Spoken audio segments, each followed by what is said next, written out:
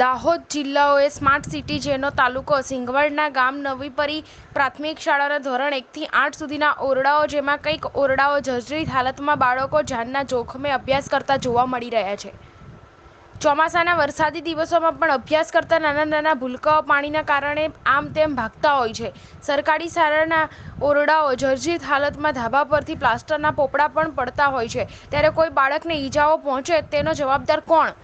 તે પણ એક સણસણતો સવાલ છે. અભ્યાસ કરતા બાળકો માટે સરકારી તિજોરીમાંથી લાખો રૂપિયાની ગ્રાન્ટો ખર્ચતી હોવા છતાં પણ ગરીબ બાળકો પીવાના પાણીથી મજબૂર કેમ? આમ તો કાર્યક્રમોમાં નેતાઓ દ્વારા વિકાસની મોટી મોટી વાતો કરવામાં આવે છે. આવી શાળા કેમ નથી દેખાતી તે પણ એક મોટો સવાલ છે.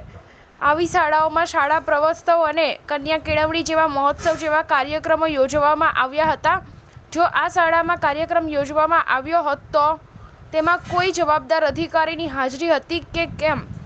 જો હોય તો તે જાડી ચામડીના અધિકારીઓને આ શાળાના ઓરડા ના દેખાયા કે પછી કોઈ બાળકની ઈજાઓની રાહ જોવાઈ રહી છે?